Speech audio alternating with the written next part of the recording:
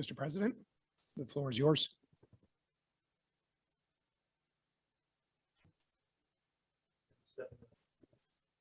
Go. Time is 7:03. We'll call this meeting to order. We will begin with a roll call.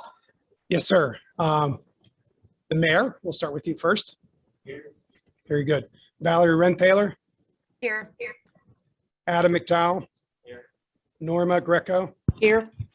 Matt Castillo, Here. Kevin Collins, Present. Diane Law,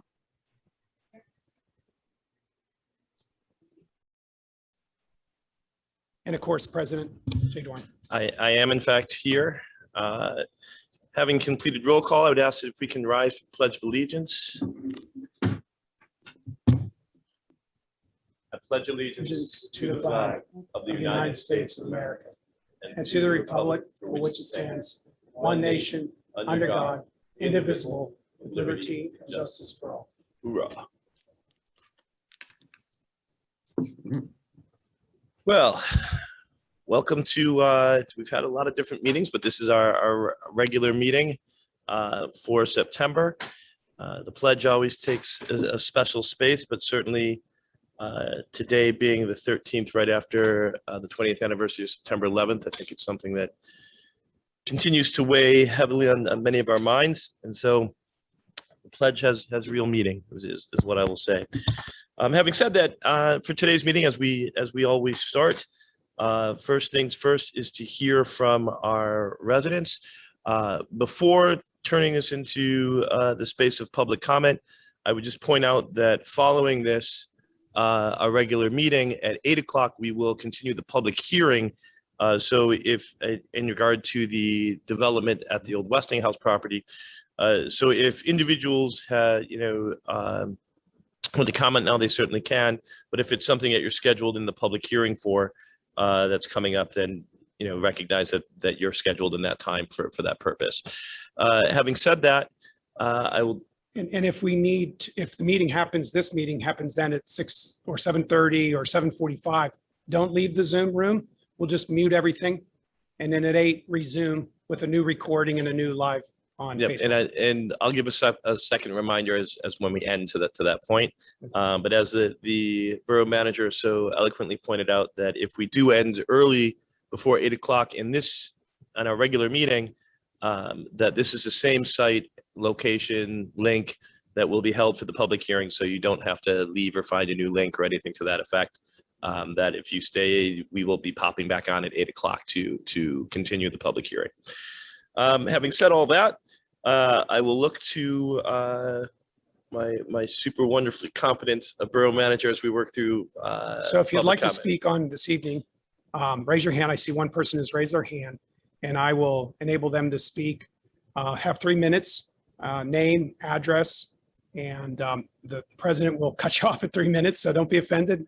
Just giving you a forewarning to that. So I see that Mr. Balke has his hand up, and so I'm going to promote him to panelist. Council, just as he does that and unmutes himself, the issue of street trees within the right of way, and how we handle those in different situation. Ken has provided in your packet some of that material, and I believe that's what he wants to refer to specifically tonight. So it has nothing to do with Hillwood. It's just about right-of-way trees. Ken, can you unmute yourself and speak? Okay, Alex, thank you for the introduction. I'm Ken Balke, 2007 Hampstead Drive, and I'm speaking on behalf of the Tree Committee, not as an individual resident. I'll bring the issue up, and Council, you can decide to do it now, or is this something you want to add as an agenda? But per our ordinance, 286.5, paragraph 3, we're to follow up with the Borough Council on a quarterly basis on recommendations, and particularly if proper enforcement has been done on actions that we recommended, over the last period of time. So back at the end of May, as reported in the June workshop meeting of the Borough Council, we reported that we turned in 3 properties that have dead trees along the street that can present a danger to both people walking by or vehicles walking by. And so that was turned in late May. As of today, 109 days have passed with no action occurring. And one of the trees on one of the properties is 80 feet tall, has 6 limbs hanging over the street. And I have neighbors coming to me saying, hey, and I said, hey, I've turned it in. So some action has to be done here. I think that if the property owner is not responding, that if something would happen, the fact that we're not acting on it, I think puts Churchill at risk of if somebody really got hurt or worse, from these cases. So while all 3 properties need to be addressed, there's one in particular, one tree that I can't believe how fast it's deteriorating. It's a real danger. And there's scores of people walk under it every day right now or drive by. So the question is, it comes to Borough Council. Do you want to let Mr. Graziani go have the work done and, expend that cost, but then you'd have to recover it through a lien or some other approach. But it's unacceptable to leave this tree leaving the way it is for any longer than it already is. Thank you, Mr. Balke. Given this is a committee, semi-committee report, as opposed to kind of an individual Yes. public comment, one I probably would have flipped its location, but nonetheless, because it is in fact a committee report, I will entertain if people had particular questions for the tree committee, whereas we normally don't do too much in that sense of a regular comment. And this would have occurred, our discussion would have occurred at the workshop meeting last week during. I understand. Okay, thank you. Yeah, no worries, Ken. It's not on you in this space. So I appreciate the committee report, certainly. Okay, thank you. So just for clarity for me, anyway, and I don't know what other people have questions, the location of that tree, is that then on their private property is what we're saying? No, it's in the right of way. Okay. It's in the right of way, but the way our ordinance is written, it's still the responsibility of the owner. No, I understand. Okay. I'm just trying to clarify a couple points really quick. And then the second being, have we notified them of this issue? Has it been brought? So they've been notified. There's been non-action, correct? Yes. Okay. Okay. Well, Ken, I appreciate you bringing it, to the attention. I think that is something that Churchill can look, that council can look at in terms of action. There were some, and I don't know if there's any remaining. There are some funds that I'd gotten, it was like a year and a half ago, from Jay Costa to address having to do some tree removals if necessary, as you may recall. It may be something that we can, if it's been used, that we can reach back out to again. Someone's unmuted. But it may be something that we can reach back out to again. Look at again kind of funding, because this is what we had looked at before. See if I can get some new funding from whether it's the state or somewhere else and address this, because I don't know that you found 3. There's probably not you. There's probably more. One of the challenges that we have in our community, I was just talking with Diane about this, is we do have some issues on the one side of people who shouldn't cut down trees that are really healthy, and on the other hand, trees that probably need to be removed that are really ill. Yes. And so trying to reestablish that fund again, I think with the tree committee in place, and maybe helping to identify those trees that need to be removed would be a really great way to both use the committee along with funds to address that. So I'm happy, and I'll talk with Diane and with Valerie to reach out to Jay again, Senator Costa, see if we can, access similar funds again and put those in use. Okay. Anything else thank from folks? You're welcome, Ken. Anything else from folks on that before we move to more public comment? Did we have any response from the property owner? I mean, is it something they're looking into, or just kind of got to yet? Or? There's been no, response. No, no response. I've just been hesitant to do what he suggested without further discussion and guidance from the council. Understood. And I'll follow up with you. So, okay. Let's look and see who we have next in terms of. I promoted Susan Sarah. She raised Susan. her hand as for public comment. Susan, you want to go ahead and unmute The floor yourself? is yours. Hi, this is very short. It is about the conditional use application, but not really specifically the one there's a public hearing about. Yeah, I had a question about the timeline. And the reason I asked the question, I sort of have asked Alice about it, but the reason I'd like it, I wonder if we could have a statement about the timeline. I know we've gotten some of them in the meetings orally, but the reason I'm asking the question is that there's a statement that we follow the one set by municipal code, but it seems to me that we have a stricter, there's a number we have of 60 days instead of 100 days. That's stricter. And so I would really like clarity on the timeline. And what I mean by the timeline is that there's certain windows you have, like 60 days after the application, and then you have to have a public hearing. And then there's a time by which the council has to give a decision. And if not, of course, then the default might kick in, and that's, a concern because it would be deemed approved. So I realize I'm not a lawyer and I'm not saying I know what the law says. I'm just pointing out as a resident, I'd like some clarity on that because I can't figure it out myself. So I generally defer to solicitors in moments of questions of law. Just for one point though, I'm not sure I'm clear on what part of the timeline you're asking for clarity on. Okay, it's the number of days after the application is filed to the time the council has to make a decision. And I know those can be delayed by 45-day periods or whatever, but in the municipal code, I see a number of 100 days. And in our code, I see a number of 60 days. And very likely, I don't understand it, but I do see a difference between those two. And it is momentous if we miss it. And so, yeah, I'd just like to know what that schedule is. I realize it's not real simple because they've delayed so many times, but it would be good to know what the date is by which the council has to give a yes or no answer and make sure that that's satisfied both timelines, both the one in our code and the municipal one. I got it. It was definitely clearer. As I said, I'll defer to the solicitor on matters of law. Yeah, and I'm not saying he has to do it right now. I'm just saying But no, I'd like the clarity. Okay. Go ahead, Gavin. Thank you, Dr. Starrett. Thank you, Mr. President. So as I think I'm understanding the question, we're talking about, the filing date for this application was in December.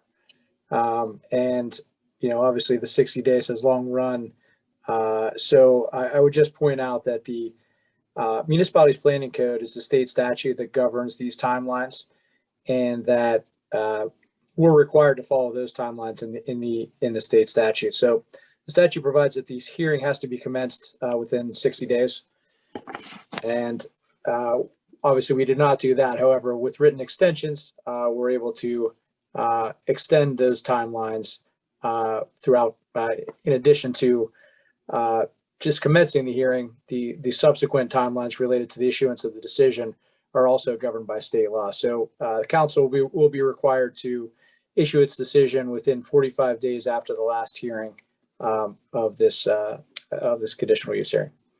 What about the statement of the number of days from filing to when the council has to give a decision? I think there's a number for that in our code. Maybe it's a typo, but I can send this to you. But if that's your answer, that it's just that the timeline is just based on when the public hearing is over. If that's your answer, thank you. And then I'll send you my question in writing. Yeah, I think you already sent it to Mr. Graziani, who had forwarded to me, and who also responded to you that state law governs these timelines. So that we're going to stick with that being our consistent position. So, in addition to state law, we have the written extensions that have gotten us to where we are. We're very comfortable with we're within the applicable timelines set by state law. Oh, actually, Alex didn't respond to me in writing. That's why I asked the question now. Sorry. Okay, thank you. But yeah, no, I did not get an answer. No worries. Thank you. Okay. Thank you, Susan. Bye. Who's next on the public comment? We cleared? Or is there someone else? No one? I'd like to give, just so everyone knows, I'd like to give kind of a couple extra seconds. It's always, I think, in our best interest, especially moving in this kind of electronic format, to ensure people have ample opportunity, so that if they're missing, as I have often can't find a button, they're still given the time in order to participate. So I hope council will indulge me while I give people a couple extra seconds to see if there is any additional interest. And then if there is not, we will move forward to our ordinary items. We see anything additional? Okay, hearing none, then I'm going to close public comment and move on to the ordinary items. This begins with the minutes. Mr. President, I move to accept the meeting minutes from the August 2nd, 2021 council workshop meeting and the Monday, August 9, 2021 council meeting. Second. Alex, excuse me, Mr. President, and I want to just point this out. I don't know if I'm the only person, but I could not hear anything that Ms. Law said. I couldn't hear you then. It was because I didn't have. Her my mic was not on. Okay, all right, maybe we can try that She again. will restate it for the record. Okay, well, let's try that over again. Mr. President, I move to accept the meeting minutes from the August 2nd, 2021 council workshop meeting and the Monday, August 9, 2021 council regular meeting. Second. Thank you, Madam Vice President. Thank you, Councilman Castiglia. Is there any discussion on the matter? Hearing none, all in favor? Aye. Aye. Opposed? And the minutes are accepted without opposition. Moving on to the number 4 and number 5, I'd ask if we could get a combined motion on those. Mr. President, I'd like to move to accept the treasurer's report and to direct the finance officer to pay the bills of the Borough of Churchill accrued since August 8th, 2021. Second. Point of clarification. And just so I see, I have a printout that says August 9th. I believe you said August 8th. Yeah, Did I miss correct. It is August 9th. My eyes are, Not a worry, not a worry. So that motion is for August 9th, 2021. Was there still a second for that motion? Second. Excellent.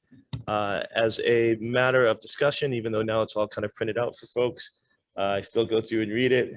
It has less of an oomph now that everyone can see it as I'm reading it. But I will do bills that are over 15,000. Everyone can read the additionals.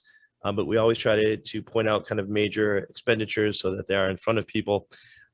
This month we have $17,536.51 to Vigliotti Landscape and Construction, and that's for our public works for August. We've got $82,118.60 to Gateway, and that is for their services, including $26,477.25, which was reimbursed to us through Hillwood. We've got the trust, in my eyes, by the way, are just as struggling, just so you know that, Kevin. But I've got our trust in the amount of $15,842.58. And that seems to be payment 1 of 4. And the comp premium, WC, I'm assuming. I've got Gavin's, what I like to call his Disney World Fund, otherwise known as Tucker Aronson, our solicitor, in the amount of $16,021.78. That includes the September retainer along with July services. Elkasan for the sewage treatment ending July 2nd, the amount of $37,053. Payment to the Commonwealth in the amount of $32,000 for pumper annual payment. And then through BIU, the underwriter for June and July, in terms of our inspection underwriter, the amount of $20,322.60. That are all the major expenditures. This time I'd ask if there's any other discussion on the bills or on the treasurer's report. Hearing none, all in favor? Aye. Aye. Opposed? And the report is accepted and the bills are deemed paid. We're going to move forward to the mayor's report. Mr. Mayor, I will cede the floor to you before any motion. Mr. President, if I may, as reported to me, I wish to inform council that there were no unusual events or no serious crimes during the month of August 2021. Our officers responded to 950 calls for service, 6,605 year to date for services resulting in 7 arrests. The department's 5 police vehicles logged 6,051 miles in the past month. Chief Ronald Ackerley has reported the total amount of magisterial fines collected for the month of August 2021 was $528.58, bringing the total year to date to $5,810.80. Both the mayor and the chief have seen an increase in complaints from residents pertaining to illegally parking and overnight parking. As a reminder, Borough Ordinance 6 restricts vehicles from parking on any borough streets overnight. Officers typically begin looking for those violations after 2 a.m. and up until 6 a.m. Residents always have the option of leaving their vehicles parked on the street overnight, such as in instances of driveway repairs, overnight guests, etc. Residents are asked to call the police department to advise and notify. Pertaining to illegally parking, residents and their guests should be mindful of parking on certain borough streets where it is prohibited or on-site as indicated by posted signage, as well as not to park too close to fire hydrants, stop signs and intersections, or where blocking someone's driveway. The Churchill Police, in conjunction with several neighborhood police agencies, as well as District Justice Caulfield and the Allegheny County Connect Group, continue to make progress on the much anticipated LEAD program. LEAD will be instituted with then intend to offering police officers and many other viable and useful options aside from arrest and incarceration of individuals involved in certain incidents. Low-level theft, drug use, and drug abuse are related offenses, and habitual domestic issues are just a few of the matters where officers will have the ability to utilize social workers and many other county and state services in lieu of criminal prosecution. We are currently moving in the final stages of the development of the program and and it is anticipated to be up and running within the next 6 months. Details and other related statistics concerning the police department during the month of August 2021 are reported on the attached police department reports. Thank you. Thank you. Appreciate the report. At this time, I'd entertain a motion to accept the mayor's report. Thank you. Is there a second? Excellent. Any discussion on the report? Hearing none, all in favor? Aye. Opposed? And the report is accepted without opposition. This moves us into the action items, beginning with number 7 on the MMO.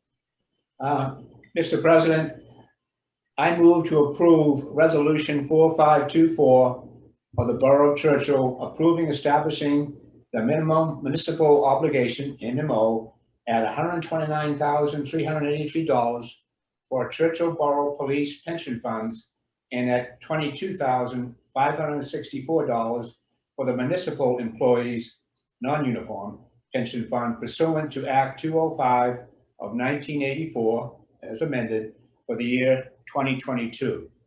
This amount will become incorporated into the 2022 Churchill Borough General Fund budget anticipated to be approved on December 13th, 2021. Thank you. Second. You are loving that second space. Thank you, Ed. Hey, we all got to find a home. I like it. Any discussion on the matter? Now, just one, Mr. President, these requirements are much less than they have been in the past because of the performance of the fund. So. Understood. Any other discussion? Hearing none. All in favor? Aye. Opposed? And the motion passes without opposition. This moves us to number 8 Mr. President, I move to approve Resolution 4525 of the Borough of Churchill authorizing the Borough Council President and Borough Secretary to sign a consent for right of entry government entity, no lien, for the Commonwealth of Pennsylvania Office of Active and Abandoned Mine Operations, Bureau of Abandoned Mine Reclamation. The proposed project is eliminating a hazardous condition caused by mine water flowing from an abandoned deep mine onto Old Beulah Road at 1629 Old Beulah Road. Second. You gotta at least wait for me to ask for it. See, now you're getting so far in front of it. But I'll take that. There is a second. Is there any discussion? It seems to be a bit self-explanatory to me. But if members have discussion points, I'm willing to entertain. Hearing none, all in favor? Aye. Aye. Opposed? And the motion passes without opposition. This moves us on to wireless ordinances. Mr. President, I move to accept a proposal from the Cohen Law Group to draft a new wireless ordinance and design standards for the Borough of Churchill. Yes, thank God you stopped there. Is there a second? Second. I was wondering about that. I'm sorry. Is there any discussion of this matter? For those watching at home, I did slide down Yeah. to give you the flat fee of what it is on that bullet point there. $4,800 is the proposed flat fee. Yeah, so what the borough manager is speaking to is that the purpose of this is really about accepting an agreement and that we would do so, the cost of the services for this as looking at a wireless ordinance. This is basically the individual that we're looking at has helped really create this ordinance all around. It's something that is in the best interest of every borough to have. And that in this particular case, the cost is a flat fee of $4,800 payable in 2 installments. The reason that for those of you kind of wondering what I was giggling about is because the kind of full explanation is there. It goes through quite a bit. So if you have any question on this particular motion, it reads in a 5-paragraph format. But I think it's pretty well spelled out for folks. Is there any additional discussion amongst council? Yes, sir. That's part of the discussion process. Just a comment that this is, as we previously said, through the Cohen Law Group, who we recently worked with for the Comcast and cable issues as a special solicitor. So we do have experience in this area. We're with them as a firm. Yes, good point. And I think one of the experts in the matter. So any further discussion? Hearing none, all in favor? Aye. Opposed? And motion carries without opposition. This moves us out of action items and into the space of discussion items. If there is anything that members of council wanted to discuss, reports they want to discuss, or just kind of personal comment to the public before we adjourn for the session, at which time I will make the announcement again. But before we adjourn to the session, any comment, report, anything anyone had to say? All right, Mr. Mayor, nothing from you today. All right, that's what happens when you do 5-hour meetings every time. It starts to shorten your regular discussions. Okay, well, at this time then, before we adjourn, I just want to remind everyone that we will continue the public hearing on the proposed development. And that will take place at 8 o'clock, same bat channel. So it's on the exact same link. You don't need to find anywhere else. You can leave it on if you want. If you go off, you can go back to the same link. We will be back at 8 o'clock. At that time, it will kind of announce that we're back, and we will pick up, at which time I will stop leading this and the solicitor will take over for the public hearing. That being the case, no other comments. I would entertain a motion to adjourn. So moved. Second. Second. He was leaning in waiting. I just wanted you to know that. Game, set, match. We'll see everybody at 8 o'clock. Thank you so much.